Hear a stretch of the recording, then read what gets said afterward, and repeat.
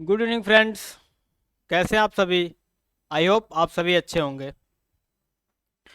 तो बच्चों, मैं विवेक आपके अपने इस अभियान सब पढ़े सब बड़े में स्वागत करता हूं। और कैसी चल रही है आप लोगों की प्रिपरेशन? ठीक ठाक चल रही है? तो पिछले पार्ट में या पिछले क्लास में हम आप लोगों से प्रकाश के बारे में डिस्कशन किए थे, और उम्मीद करते हैं आप लोगों को सेशन अच्छा लगा होगा और अच्छे से समझ आया होगा। ठीक है, तो उसी हिसाब से, ठीक है, उसी के अकॉर्डिंग हम इस क्लास को इस नए पार्ट में आगे बढ़ा रहे हैं और आप लोगों के सामने बता रहे हैं। तो शुरू करें सेशन को। चलिए स्टार्ट करते हैं। ठीक है, कहाँ से चलते हैं? आज हमारा ये है अवतल दर्पण का प्रयोग। क्या है आप लोगों को बताएंगे हम? अवतल दर्पण का प्रयोग। कल आप लोगों को अवतल दर्पण के बारे में बता चुके थे अच्छे से, और आप लोगों को शायद अच्छे से समझ भी आया होगा कि अवतल दर्पण क्या होता है, उसकी पहचान क्या होती है, उस पर परावर्तन के जो प्रोसेस होता है वो कैसे होता है, उसके नियम क्या हैं, वो सब आप लोगों को हम बता चुके थे।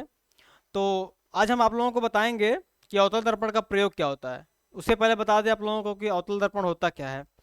ऐसा दर्पण जो, ठीक है, वो ऐसा दर्पण जो किनारों पर मोटा एवं बीच में पतला होता है, उसी को हम क्या कहते हैं?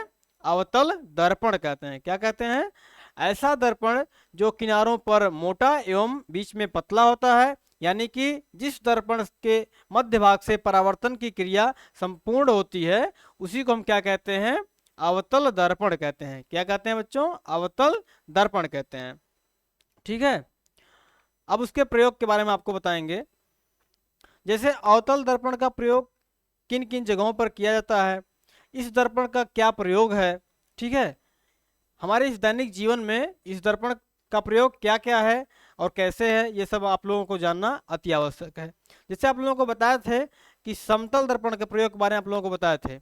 समतल दर्पण का प्रयोग आप नॉर्मली देखेंगे तो अपने फेस को देखने के लिए करते हैं। ठीक है, क्या करते हैं? अपने फेस को देखने के लिए।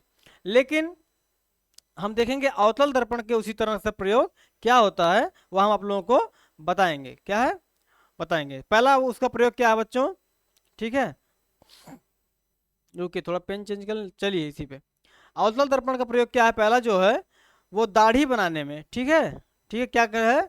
दाढ़ी बनाते समय हम अवतल दर्पण का प्रयोग करते हैं। ठीक है, जैसे लोग शेविंग करते हैं ना, तो शेविंग करते समय अक्सर अवतल दर्पण का प्रयोग किया जाना बेहतर माना जाता है। क्यों? क्योंकि अवतल दर्पण जो है हमारा, वो किसी भी इमेज को थोड़ा बड़ा करके दिखाता है। क्या करता है? किसी भी इमेज को थोड़ा बड़ा करके दिखाता है। तो हमको शेविंग करते समय अपने फेस को या फिर जो भी फेस का एक पार्ट है मान लीजिए, तो उसको बड़ा देखने की आवश्यकता होती है, ताकि हमको कोई फिर क्षति ना पहुंचे। ठीक है, इसलिए हम समतल दर्पण के अलावा अवतल दर्पण का प्रयोग करते हैं शेविंग करते समय। ठीक है, पहला यूज तो आपको समझ आ गया। दूसरा यूज क्या है हमारा? दूसरा यूज है नाक कान। ठीक है, क्या है? नाक कान व गले की जांच करने के लिए। ठीक है, नाक और हो गया आपका, कान हो गया, फिर गले की जांच करने के लिए जो डॉक्टर हैं वो भी अवतल दर्पण का ही प्रयोग करते हैं। क्या करते हैं? वो भी अवतल दर्पण का प्रयोग करते हैं। क्यों करते हैं? वो किसी और दर्पण का प्रयोग क्यों नहीं करते हैं? वे अवतल दर्पण का प्रयोग इसलिए करते हैं क्योंकि अवतल दर्पण किसी भी इमेज को बड़ा करके दिखाता है। क्या करता है? बड़ा करके, ठीक है, स्प्रेड करके दिखाता है, मतलब फैला कर। तो अगर मान लीजिए हमारे नाक में देखना है या फिर कान में या फिर गले में देखना है, तो हमारे छोटे छोटे वहाँ पे पार्ट होते हैं, ठीक है, ऑर्गन्स होते हैं, उसको अगर देखना है तो अगर नॉर्मल दर्पण से देखेंगे तो अच्छे से दिखाई नहीं देगा। लेकिन उसी जगह पे हम अवतल दर्पण का डॉक्टर लोग प्रयोग करते हैं और उस ऑर्गन्स को आसानी से देख पाते हैं और उसका इलाज कर पाते हैं। ठीक है, इसलिए क्या है दूसरा प्रयोग उसका, अवतल दर्पण का? नाक कान गले की जांच करने के लिए डॉक्टर लोग अपने हॉस्पिटल में इसका यूज करते हैं। ठीक है, तीसरा हमारा क्या हो गया बच्चों? तीसरा हमारा हो गया परावर्तक के रूप में। ठीक है, मतलब रिफ्लेक्शन के लिए भी अवतल दर्पण का प्रयोग किया जाता है। मान लीजिए कोई चीज है, उसको परावर्तन देखना है कि वो परावर्तित क्या हो रहा है, कैसे हो रहा है, उसके लिए भी हम लोग अवतल दर्पण का प्रयोग करते हैं। क्या करते हैं? उसके लिए भी हम लोग अवतल दर्पण का प्रयोग करते हैं। ठीक है, आगे चलें। अब हम उसी के साथ देख लेंगे कि उत्तल दर्पण का प्रयोग। ठीक है, क्या देख लेंगे? उत्तल दर्पण का प्रयोग। अवतल दर्पण का प्रयोग आप लोगों को अच्छे से समझ आ गया होगा। शेविंग करने में उसका यूज किया जाता है, और डॉक्टर लोग नाक कान गले की जांच करने के लिए उसका यूज करते हैं, और साथ ही साथ परावर्तक के रूप में भी अवतल दर्पण का प्रयोग किया जाता है।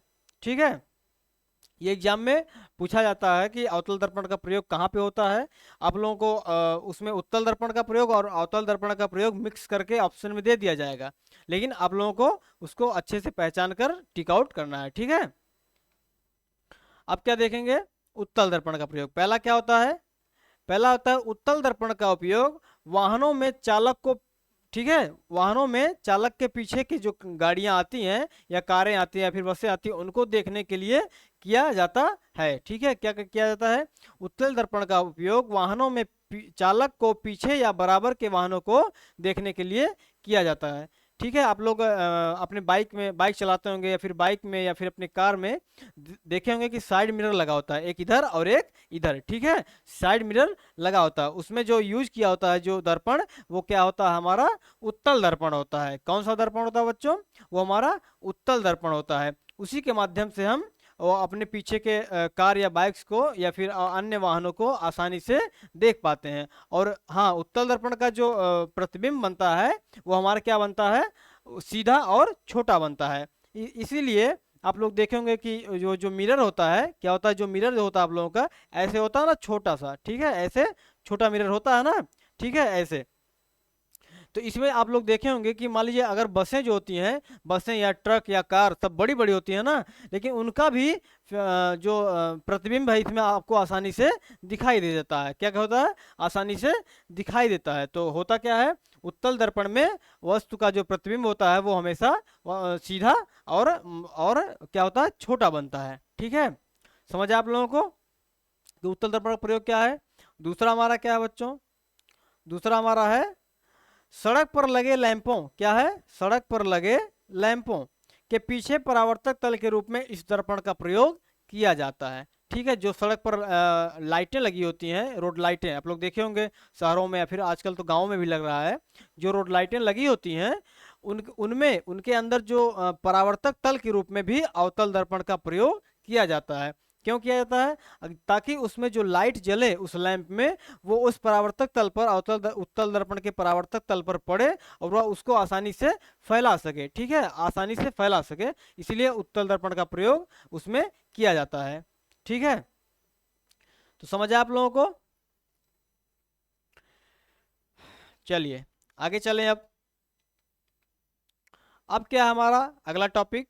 हमारा अगला टॉपिक है दर्पण का सूत्र, यानी कि मिरर फार्मूला। ठीक है, दर्पण का सूत्र, मिरर फार्मूला। ठीक है, अब दर्पण का सूत्र के बारे में हम लोग जान लेते हैं कि दर्पण के सूत्र क्या होते हैं। ठीक है, तो गोलीय दर्पण। ठीक है, गोलीय दर्पण आप लोगों को अच्छे से पिछले वाले पार्ट में हम बता चुके हैं। आप लोगों को अगर ना समझ आया हो तो आप लोग पिछले वाले पार्ट में जाकर देख सकते हैं। ठीक है, चलिए गोलीय दर्पण क्या है? गोलीय दर्पण का सूत्र जो है उसमें क्या है? चलिए उसमें क्या है बच्चों?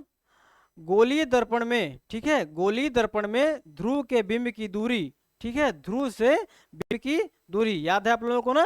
ध्रुव कहाँ पर था और उसका जो बिंब क्या था। ठीक है, समझ आ आप लोगों को? ध्रुव से बिंब की दूरी हम बिंब दूरी कहते हैं। ठीक है, उसी को हम बिंब दूरी कहते हैं, जिसे हम यू, कैपिटल स्मॉल यू से डिनोट करते हैं। क्या करते हैं? स्मॉल यू से डिनोट करते हैं, यानी कि स्मॉल यू से दर्शाते हैं।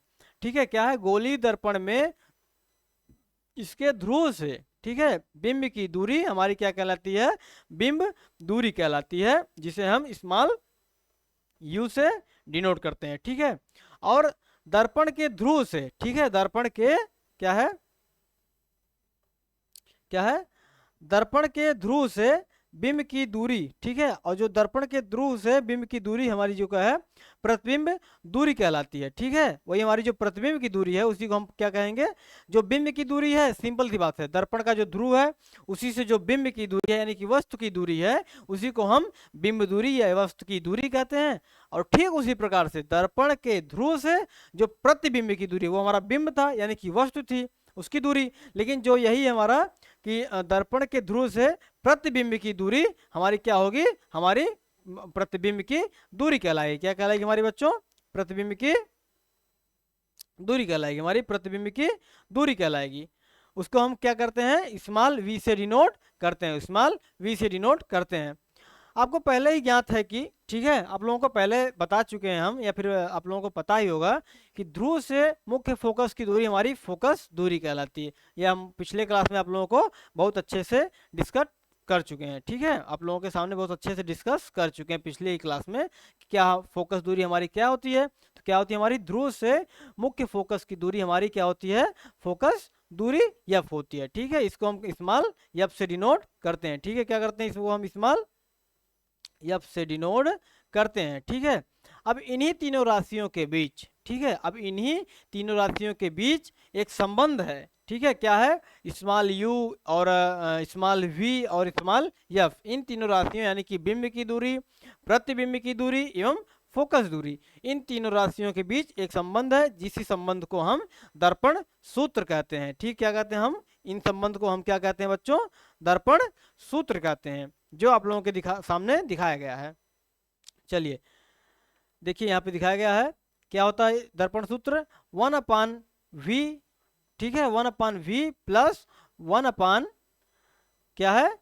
u, ठीक है, इक्वल टू 1/, ठीक है, क्या है? यफ। हमारा क्या है बच्चों? ये आपका स्मॉल यफ है। ठीक है, क्या हमारा? स्मॉल यफ है। यही हमारा क्या है? दर्पण का सूत्र है। इसी फार्मूले पर जितने भी दर्पण से संबंधित आपके न्यूमेरिकल्स होंगे, ठीक है, जितने भी आंकिक सवाल होंगे, वो इसी फार्मूले पर लगेंगे। बस उसमें देखना आपको क्या रहेगा कि दर्पण कौन सा है, उत्तल दर्पण है या फिर अवतल दर्पण है। अगर अवतल दर्पण रहेगा उसके लिए थोड़ा इस यहाँ पे आपको जो यहाँ पे निशान है, ये सब चेंज होते रहेंगे। या उत्तल दर्पण रहेगा उसके लिए भी ये सब निशान आपके चेंज होते रहेंगे। ठीक है, यह संबंध सभी प्रकार के गोलीय दर्पण के लिए तथा बिंब की सभी स्थितियों के लिए मान्य है। ठीक है, यह जो संबंध है वह गोलीय दर्पण के सभी स्थितियों के लिए एवं बिंब की सभी स्थितियों के लिए मान्य होता है। यही सूत्र आपका सभी के लिए मान्य होता है। ठीक है, चाहे वह बिंब की स्थिति हो या फिर दर्पण की स्थिति हो या फिर वस्तु की स्थिति हो। अब नोट क्या है? आप लोग नोट को ध्यान से देखिएगा, क्योंकि नोट जो होता है वो सबसे इंपॉर्टेंट फैक्टर होता है। क्या है? सबसे इंपॉर्टेंट होता है।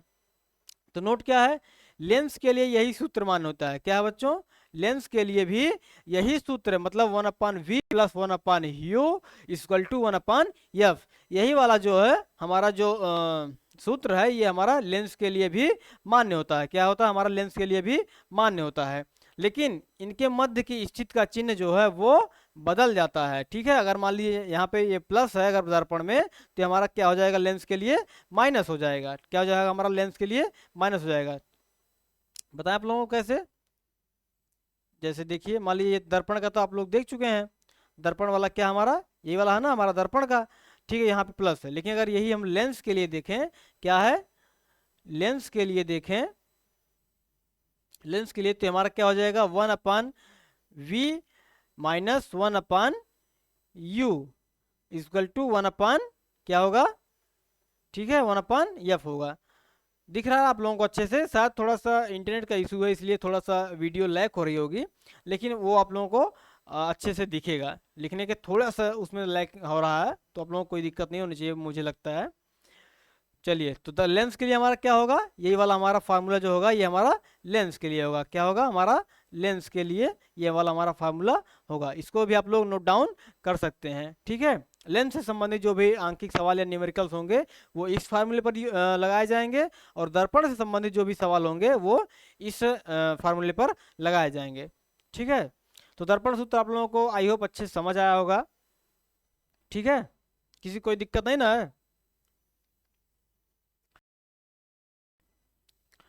उदाहरण एक हम आप लोगों के सामने एक एग्जांपल मान लीजिए सवाल के रूप में रखते हैं। ठीक है, उसको भी आप लोगों को हम सॉल्व करके अच्छे से दिखा दे रहे हैं। ठीक है, तो क्या है हमारा उत्तल दर्पण? आप लोग जब भी आप लोग न्यूमेरिकल लगाइएगा, ठीक है, जब भी आप लोग न्यूमेरिकल लगाइएगा तो उसमें ये जरूर केयर करिएगा कि वो दर्पण है या फिर लेंस है, और उसके साथ साथ ये भी केयर करिएगा कि वो उत्तल दर्पण है या फिर हमारा अवतल दर्पण है। ये आपको केयर करना बहुत ही आवश्यक है। ठीक है, ये आपको ध्यान देना बहुत ही आवश्यक है। वो हमारा उत्तल दर्पण है या अवतल दर्पण है, या हमारा उत्तल लेंस है या फिर अवतल लेंस है, वो आपको जरूर ही ध्यान रखना होगा। नहीं तो आपका सवाल जो लगेगा वो आपका अच्छे से नहीं लग पाएगा, वो आपका जो आंसर आएगा वो आपका गलत आंसर आएगा। ठीक है, तो क्या है, उत्तल दर्पण से 40 सेंटीमीटर, ठीक है, उत्तल दर्पण से 40 सेंटीमीटर दूर रखी वस्तु का प्रतिबिंब जो है 10 सेंटीमीटर दूर रखी दूरी पर बनता है। ठीक है, क्या है, उत्तल दर्पण से 40 सेंटीमीटर दूर रखी वस्तु का प्रतिबिंब 10 सेंटीमीटर दूरी पर बनता है। तो उत्तल दर्पण की हमारी फोकस दूरी ज्ञात कीजिए। क्या ज्ञात कीजिए, फोकस दूरी ज्ञात कीजिए। तो हमको यहाँ पर देख लेना चाहिए कि क्या क्या दिया गया है यहाँ पे। ठीक है, तो यहाँ पे वस्तु की जो दूरी दी गई है वो हमारी 40 सेंटीमीटर दी गई है। ठीक है, 40 सेंटीमीटर, यानी कि यू हमारा जो दिया गया है वो हमारा दिया गया है 40 सेंटीमीटर। ठीक है, ठीक है, एक मिनट रुकिए, थोड़ा हम लोग पेन को चेंज कर लें।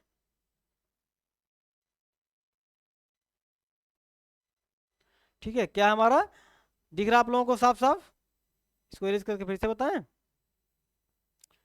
चलिए, क्या हमारा जो वस्तु की दूरी दी गई है वो हमारा यू इक्वल टू क्या है, 40 सेंटीमीटर। ठीक है, यू इक्वल टू हमारा क्या है, 40 सेंटीमीटर। लेकिन यहाँ पे क्या है, उत्तल दर्पण है, इसलिए हमारा यू क्या हो जाएगा, वो हमारा माइनस हो जाएगा। क्या हो जाएगा हमारा, माइनस, क्योंकि उत्तल दर्पण में जो वस्तु की दूरी माइनस होती है। ठीक है, वस्तु की दूरी हमारी माइनस होती है। ठीक है, और उसी के साथ और दूसरा क्या दिया गया है, हमारा दूसरा दिया गया है ये 10 सेंटीमीटर दूरी पर बनता है, यानी कि क्या दिया गया है, v, उसका जो प्रतिबिंब बन रहा है, यानी कि प्रतिबिंब हमारा v से होता है। अभी आप लोगों को पीछे बताया गया प्रतिबिंब को हम v से डिनोट करते हैं। ठीक है, सॉरी, तो क्या है, 10 सेंटीमीटर, ये भी हमारा दिया गया है। अब हमको निकालना क्या है, निकालना है हमको f, क्या है, f यानी कि फोकस दूरी हमको ज्ञात करना है। ठीक है, यही हमारा हमको ज्ञात करना है। तो चलिए फार्मूले में इसको इनपुट करते हैं।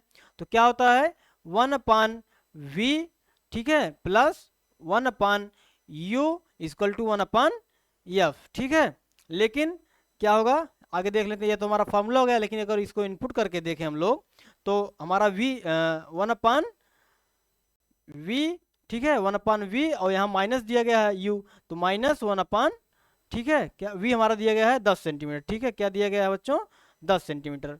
ठीक है, 10 सेंटीमीटर, 1/u हमारा क्या दिया गया, माइनस ये हो गया, -40 हो गया, इक्वल टू 1/f। ठीक है, हमको फोकस दूरी ज्ञात करना है। तो चलिए यहाँ से देखते हैं। ठीक, यहाँ से देखते हैं 1/f। ठीक है, 1/f। ठीक है, 1/f इक्वल टू, इसका हम लोग एलसीएम दोनों कर लेंगे, तो हमारा 10 और 40 का एलसीएम क्या आ जाएगा, हमारा 40 आ जाएगा। ठीक है, क्या आ जाएगा, 40। अब इसको हम इसमें से डिवाइड करेंगे। ठीक है, क्या करेंगे, डिवाइड करेंगे, तो 10 से इसमें भाग देंगे तो क्या हमारा जाएगा, 4 बार भाग जाएगा, तो हमारा यह हो जाएगा 10 चौके 40, यानी कि हम यहाँ पे 4 लिखेंगे, और यहाँ माइनस है, और इसमें से 40 से 40 में भाग देंगे तो हमारा एक बार जाएगा, तो हम 1 लिखेंगे, तो क्या होगा हमारा, क्या हो जाएगा, 3/40। ठीक है, 3/40। अब हम देख लेंगे क्या इसके बराबर क्या है, हमारा 1/f। अब हम दोनों को ऊपर ले जाएंगे, क्योंकि हमारा 1/f इक्वल टू 3/40 आ गया, तो हम इसको फिर से अगर सॉल्व करें, ठीक है, तो हमारा f इक्वल टू, क्योंकि हम f को ऊपर ले जा रहे हैं, f इक्वल टू क्या होगा, 40 क्या होगा, 3, 40/3 दिखाई दे रहा है आप लोगों को। चलिए वही इसको हम डिवाइड कर दें, तो डिवाइड करने पर हमारा क्या आएगा, तो 3 1 जा 3 हो गया। ठीक है, और यहाँ पे 1 बचा, तो यहाँ पे 10 हो जाएगा, तो 3 3 जा क्या हो गया, 9। ठीक है, पॉइंट में आएगा, फिर 1 बच रहा है, तो फिर हम लोग पॉइंट इसमें यहाँ पर दशमलव लगाएंगे, तो फिर वो 10 हो जाएगा। ठीक है, फिर वो 10 हो जाएगा, तो फिर 3 3 जा, तो हमको 3 या 3 के बाद 4 सेंटीमीटर ले रहे हैं। ठीक है, यही हमारा क्या हो गया, फोकस दूरी हो गया हमारा। ठीक है, फोकस दूरी हो गया हमारा, क्या हो गया बच्चों, ये एफ हो गया। ठीक है, समझ आप लोगों को। सेम इसी तरह से आप लोगों को और भी प्रैक्टिस कर लेनी है। ठीक है, इसी तरह से आप लोगों को और भी प्रैक्टिस करके लेनी है, और इस फार्मूले को अच्छे से तैयार कर लेना है। आगे चलें।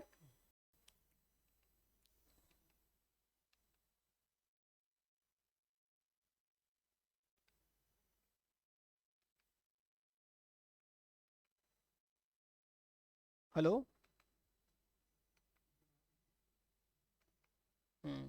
चलिए आगे चलते हैं। थोड़ा सा इंटरनेट का इशू लग रहा है, इसीलिए थोड़ा वीडियो लैग हो रही है।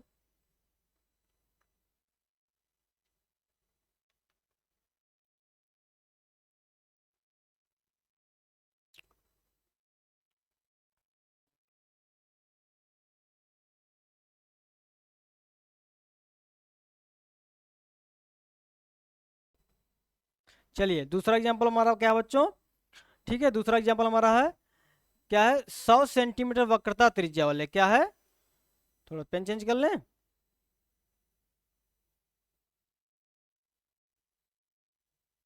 क्या हमारा 100 सेंटीमीटर, ठीक है, वक्रता त्रिज्या वाले क्या है? वक्र जिसकी कोई वक्रता त्रिज्या जिसकी है कोई वस्तु, तो उसकी वक्रता त्रिज्या 100 सेंटीमीटर, ठीक है। तो 100 सेंटीमीटर वक्रता त्रिज्या वाले अवतल दर्पण, ठीक है, आप लोग इसको जरूर याद रखिएगा, अवतल दर्पण है, वहां पे उस क्या था? उत्तल दर्पण था। अवतल दर्पण से 25 सेंटीमीटर क्या है? 25 सेंटीमीटर दूरी पर रखी एक वस्तु है, ठीक है।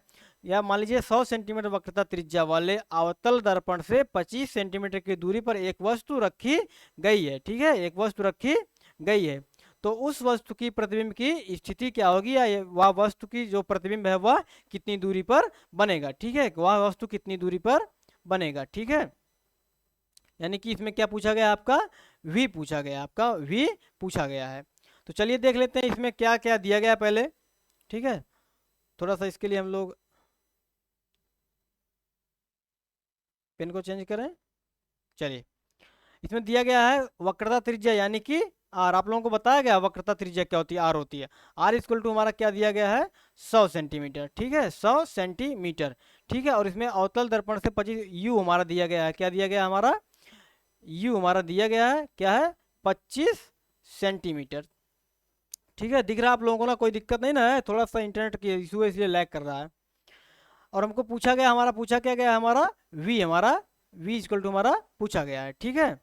तो चलिए देखते हैं कि हमको अब इसमें तो जब तब तक हम इस सवाल को नहीं लगा सकते हैं जब तक हमको फोकस दूरी मालूम ना हो। तो हमारा फोकस दूरी क्या होता है?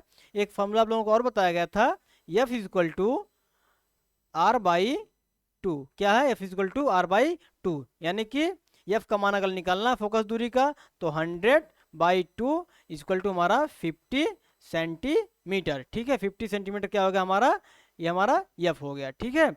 लेकिन यहाँ देखिए क्या दिया गया है? अवतल दर्पण। अवतल दर्पण में हमारा वस्तु की जो दूरी होती है ये भी हमारी माइनस होती है, और जो फोकस दूरी होती है वो भी हमारी क्या होती है? माइनस होती है, ठीक है। समझ आप लोगों को? अवतल दर्पण दर्पण में जो वस्तु की दूरी होती है वह भी हमारी माइनस होती है, और साथ ही साथ जो फोकस दूरी होती है वो भी हमारी माइनस होती है। तो चलिए हम लोग इसकी जो प्रतिबिंब की दूरी है वो निकालते हैं। तो फॉर्मूला क्या हमारा? 1/, आप लोग फॉर्मूला जानते हैं ना, 1/v plus 1/u equal to 1/f, ठीक है। तो ये थोड़ा जगह कम, तो हम लोग इरेज कर दें इसको, सीधे फॉर्मूले को रखते हैं। तो क्या रखेंगे? 1/v हमारा ज्ञात करना है, तो 1/, मान लीजिए 1/u रख लेते हैं, मान लीजिए 1/ माइनस 1/25, ठीक है, प्लस 1/v, ठीक है, इक्वल टू क्या हमारा होगा? 1/50 माइनस, ठीक है। आगे चले तो 1/v कर लेंगे इक्वल टू माइनस 1/50, इसको यहाँ से पक्षांतर करेंगे, मतलब इस साइड में लाएंगे, तो माइनस है तो प्लस हमारा हो जाएगा, ठीक है। क्या हो जाएगा हमारा? प्लस हो जाएगा। तो यहाँ पे आज क्या हो जाएगा बच्चों? यहाँ पे आएगा तो 1/25 हो जाएगा, ठीक है। और इसमें देखिए ये वाला जो हमारा है ये वाला भी माइनस होगा, हमारी जो वस्तु की दूरी होती है वो भी हमारी माइनस होती है, ठीक है, अवतल दर्पण में, ठीक है। तो यहाँ पर जो माइनस लगा हुआ है इसको भी हम लोग कोष्टक में माइनस लगाएंगे। थोड़ा आप लोग बताइएगा जो कुछ छूटे, ठीक है। तो हमारा क्या, यहाँ पे माइनस होगा तो यहाँ माइनस लग जाएगा। अब हमारा क्या होगा? यहाँ पे आगे सॉल्व कर लें। देखिए आगे सॉल्व करते हैं तो इसका एलसीएम हमारा क्या हो जाएगा? 50 हो जाएगा। अब 50 में इसमें डिवाइड करेंगे तो 1 टाइम्स होगा, ठीक है। 1 टाइम्स जब होगा तो हमारा क्या होगा? -1 हो जाएगा, और यहाँ प्लस का निशान है, और इसमें 2 टाइम्स का भाग जाएगा तो क्या हमारा होगा? 2 होगा। तो ठीक हमारा क्या होगा? आगे देख लेते हैं। आगे हमारा होगा यहाँ पे 1/, इसमें से ये वाला घट जाएगा, क्या हो जाएगा? घट जाएगा, तो हमारा 50 हो जाएगा, ठीक है। अब इसको हम देख लेते हैं, ठीक, माइनस माइनस 1/v, ठीक है, इक्वल टू क्या होगा हमारा 1/50 होगा, ठीक है, 1/50 होगा। इसमें क्या है, अवतल दर्पण है, ठीक है, लेंस होता तब यहाँ पे माइनस होता, सॉरी थोड़ा सा मिस्टेक है, ठीक है, इसको आप लोग क्या करिए, ये वाला नहीं रहेगा, ठीक है, ये वाला या और यहाँ वाला नहीं रहेगा, ठीक। अब चलिए आगे चलिए देखते हैं, ये वाला भी नहीं रहेगा, अगर वो लेंस होता तो उसके लिए हम लोग रखते, ठीक। ठीक, चलिए आगे देखते हैं, इसको हम लोग ऊपर कर लेते हैं, तो v इक्वल टू हमारा क्या हो जाएगा 50 सेंटीमीटर हो जाएगा, क्या होगा 50 सेंटीमीटर हो गया। ये हमारा क्या है, वस्तु की जो प्रतिबिंब की दूरी है, अगर मान लीजिए कोई वस्तु जो 25 सेंटीमीटर दूरी पर रखा गया तो उसका प्रतिबिंब कितनी दूरी पर बनेगा, तो हमारा क्या बनेगा 50 सेंटीमीटर दूरी पर बनेगा, क्या बनेगा 50 सेंटीमीटर दूरी पर बनेगा। समझ आया आप लोगों को ये वाला सवाल, किसी को कोई दिक्कत? चलिए आगे चलें, आप लोग इस पर और भी सवाल लगा लीजिएगा ताकि आप लोगों का ये कॉन्सेप्ट क्लियर हो जाए, ठीक है।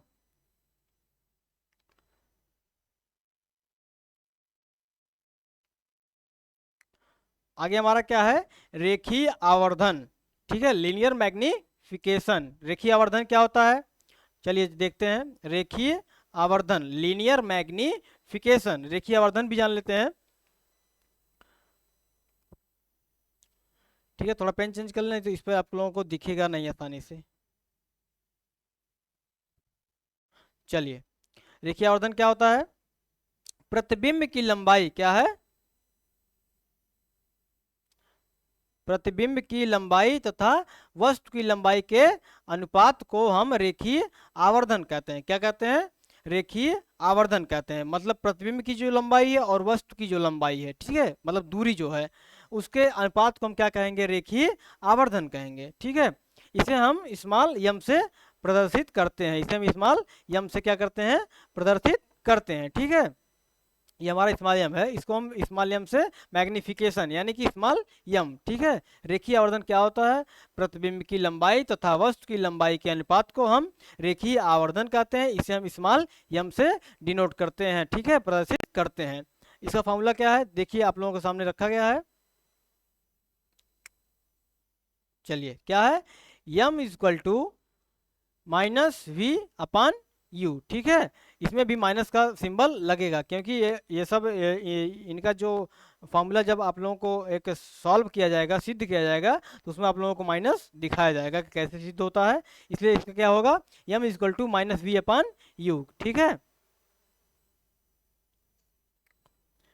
चलिए नोट देख लीजिए क्या लिखा गया है नोट के बारे में, बिंब की ऊंचाई धनात्मक ली जाती है, ठीक है, क्योंकि बिंब प्राय मुख्य अक्ष के ऊपर रखा जाता है, ठीक है। बिंब मतलब बिंब बिंब समझ रहे हैं आप लोग ना, वस्तु, ठीक है, प्रतिबिंब अलग होगा और बिंब वस्तु होगा, ठीक है। आप लोग ये दिमाग में रखिएगा कि प्रतिबिंब जो होता है वो छाया होता है यानी वो अलग होता है, लेकिन जो बिंब होता है क्या होता है, जो बिंब होता है वो वस्तु होता है। तो बिंब की ऊंचाई हमेशा धनात्मक ली जाती है, मतलब हमेशा धनात्मक ली जाती है क्योंकि वह जो है मुख्य अक्ष के ऊपर रखा जाता है। मुख्य आप लोग देखें ना, अगर ये हमारा दर्पण है, एक सेकंड, क्या है, यही अगर हमारा दर्पण है यही वाला, ठीक है, और इस पर हम लोग क्या है, लेप लगा दे रहे हैं, ठीक है, मतलब ये दर्पण बन जा रहा है। तो हमारा अगर ये ध्रुव है और ये हमारा मुख्य अक्ष है, क्या है हमारा, ये हमारा सेंटर है, मतलब वक्रता त्रिज्या है, यहीं पर हमारा कहीं पर फोकस होता है, ठीक है। अगर क्या है, बिंब की ऊंचाई जो है हमेशा धनात्मक ली जाती है, क्यों, क्योंकि बिंब की ऊंचाई मुख्य अक्ष के ऊपर रखी जाती है, मतलब वस्तु हमारा जो होगा कहीं यहीं पर रखा होगा, ठीक है, ऐसे स्टैंड से रखा होगा, ठीक है। तो क्या होगा, इसके समांतर रखा जा रहा है और ऊपर रखा जा रहा है, इसलिए क्या हमारा बिंब की ऊंचाई हमेशा धनात्मक ली जाती है, यानी कि जो वस्तु की ऊंचाई हमारा धनात्मक यानी कि u जो हमारा धनात्मक होगा, ठीक है, तथा आवर्धन की मान में ऋणात्मक चिन्ह से ज्ञात किया जाता है, ठीक है, तथा आवर्धन की मान में ऋणात्मक चिन्ह से ज्ञात किया जाता है क्योंकि प्रतिबिंब वास्तविक है तथा धनात्मक चिन्ह बताता है, ठीक है। जो प्रतिबिंब उसमें होता है वो हमारा वास्तविक होता है एवं धनात्मक चिन्ह बताता है, जबकि बिंब आभासी है, ठीक है, और उसमें जो बिंब होता है मतलब प्रतिबिंब होता है वो आभासी बनता है, ठीक। आगे चलें, अब हमारा जो है प्रकाश का अपवर्तन यानी कि रिफ्रैक्शन ऑफ लाइट। क्या है? प्रकाश का अपवर्तन। आप लोगों को प्रकाश का परावर्तन अच्छे से बता चुके हैं, उसके क्या नियम है। तो ठीक है, आप लोगों को याद है ना प्रकाश का परावर्तन अच्छे से? बताइए, सबको याद है? चलिए अब ठीक ठीक ठीक, याद रखिएगा। अब हमारा क्या है? प्रकाश का परावर्तन अपवर्तन है, ठीक है, रिफ्रैक्शन ऑफ लाइट। क्या हमारा प्रकाश का अपवर्तन? जब प्रकाश की किरण क्या है? जब प्रकाश की किरण, ठीक है, जब प्रकाश की किरण एक पारदर्शी माध्यम से, ठीक है, पारदर्शी माध्यम भी आप लोगों को कल हम अच्छे से बताए थे, ठीक है, कि जिस जिस माध्यम से इस पार से उस पार यानी इस बगल से उस बगल तक आसानी से देखा जा सके, उसी को हम क्या कहते हैं? पारदर्शी माध्यम कहते हैं। ठीक है, जैसे आप लोग कांच की प्लेट लीजिए, ठीक है, उस पर कोई लेप ना लगा हो, तो वही हमारा क्या है? पारदर्शी माध्यम है। ठीक है, तो जब प्रकाश की किरण एक पारदर्शी माध्यम से क्या है? एक पारदर्शी माध्यम से दूसरे पारदर्शी माध्यम में प्रवेश करती हैं, ठीक है, क्या है? जब प्रकाश की किरण एक पारदर्शी माध्यम से दूसरे पारदर्शी माध्यम में प्रवेश करती हैं, तो दोनों माध्यमों को अलग करने वाले तल पर वे तिरछी आपतित होती हैं। क्या है? जो दोनों माध्यमों को अलग करने वाला तल होता है, ठीक, मान लीजिए कोई माध्यम है, तो ठीक है, मान लीजिए एक माध्यम ये हो गया आपका, एक इधर का एक माध्यम होगा, एक इधर का, तो यही हमारा तल तो होगा ना, दोनों को अलग यही तो कर रहा है।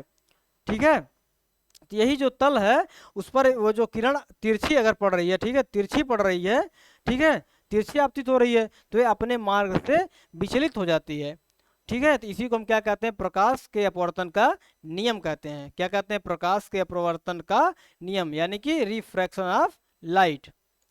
ठीक है, फिर से बताएं आप लोगों को, जब प्रकाश की किरण एक पारदर्शी माध्यम से, जब प्रकाश की किरण एक पारदर्शी माध्यम से दूसरे पारदर्शी माध्यम में प्रवेश करती है, तो दोनों माध्यमों को अलग करने वाले तल पर वह किरण तिरछी पड़ती है। ठीक है, तिरछी आपतित होती है, तो ये अपने मार्ग से विचलित हो जाती है। अगर वो तिरछी पड़ रही है इसीलिए वो विचलित हो रही है। इसी घटना को या इसी प्रोसेस को हम क्या कहेंगे? हम प्रकाश का अपवर्तन कहेंगे। क्या कहेंगे बच्चों? प्रकाश का अपवर्तन। समझ आया आप लोगों को प्रकाश का अपवर्तन? सिंपल भाषा में, एक जब प्रकाश की किरण एक माध्यम से दूसरे माध्यम में प्रवेश करती है, तो उन दोनों माध्यमों को अलग करने वाले तल पर वो तिरछी आपतित होती है, और उसी तिरछी आपतित होने के कारण वो अपने मार्ग से थोड़ा सा विचलित हो जाती है। इसी घटना को हम क्या कहते हैं? प्रकाश का अपवर्तन कहते हैं। ठीक है, ठीक है, और क्या है? देखिए यहाँ पे आप लोगों को फिगर भी अच्छे से दिखाया गया है। यदि प्रकाश किरण तल पर अभिलंबवत होती है तो बिना मुड़े ही सीधे चली जाती है। और यदि देख लीजिए प्रकाश की जो किरण है वो अभिलंबवत उस पर आपतित होगी, मतलब अभिलंब के रूप में आपतित होगी, तो वो बिना विचलित हुए ही, यानी कि बिना विचलित हुए, बिना किसी तरफ मुड़े ही सीधी चली जाएगी। यह इसका नियम है। ठीक है, तो क्या होगा? यदि प्रकाश की किरण अभिलंबवत उस पर आपतित होती है तो बिना मुड़े ही सीधी रेखा में चली जाती है। ठीक है, प्रकाश के अपवर्तन के कुछ हम आप लोगों को एग्जाम्पल भी बताएं। आप लोग देखे होंगे, जैसे आप लोग बाल्टी ले लीजिए, उसमें पानी भर लीजिए, और उसमें एक आप लोग पेंसिल को डाल लीजिए। ठीक है, तो जब जहाँ पर आप पेंसिल को डालेंगे तो वहाँ तक तो आपको सीधा दिखेगा, लेकिन जैसे ही आप लोग पेंसिल को डालेंगे तो वहाँ से थोड़ा सा क्या होगा? वो थोड़ा सा हमारा क्या होगा? मान लीजिए ऐसे डाले आप लोग, वहीं से थोड़ा सा वो बेंड हो जाएगा, आप लोगों को बेंड ऐसे दिखेगा कि ये मान लीजिए थोड़ा ज़्यादा हो रहा है। ठीक है, वो तिरछा आप लोगों को जाता हुआ दिखाई देगा, ऐसे और ऐसे। ठीक है,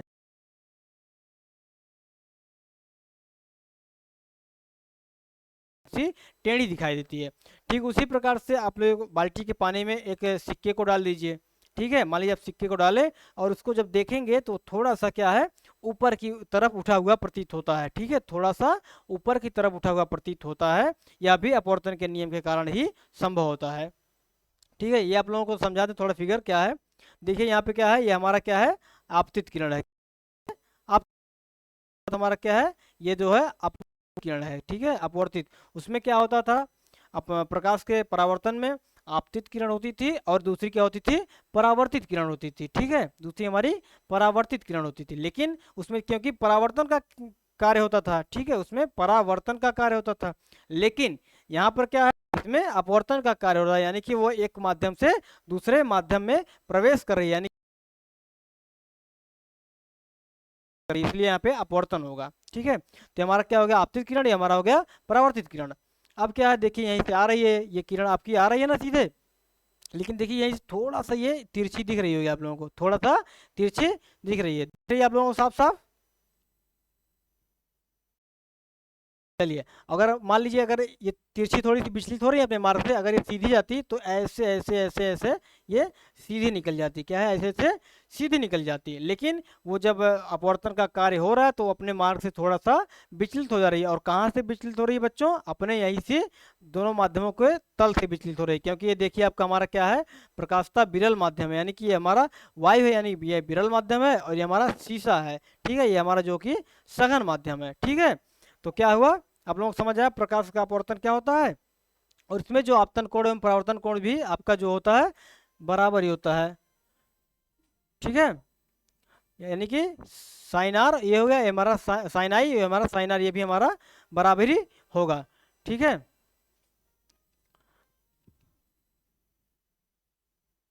प्रकाश के अपवर्तन के नियम, ठीक है, क्या है प्रकाश के अपवर्तन के नियम आप लोगों को बताते हैं। वहां पे प्रकाश के परावर्तन के नियम आप लोगों को बताए थे कि आपतित किरण एवं परावर्तित किरण तथा आपतन बिंदु एक ही तल में होते हैं, और अपवर्तन कोण एवं परावर्तन कोण दोनों समान होते हैं, ठीक है। आप लोगों को समझ आया हो ना, याद है ना आप लोगों को। ठीक उसी प्रकार से प्रकाश के अपवर्तन के भी नियम होते हैं, बिना नियम के कोई कार्य संभव नहीं होता है। तो कौन सा वो नियम है जिसके कारण प्रकाश का अपवर्तन संभव हो पाता है, वो आप लोगों को हम बताते हैं, ठीक है।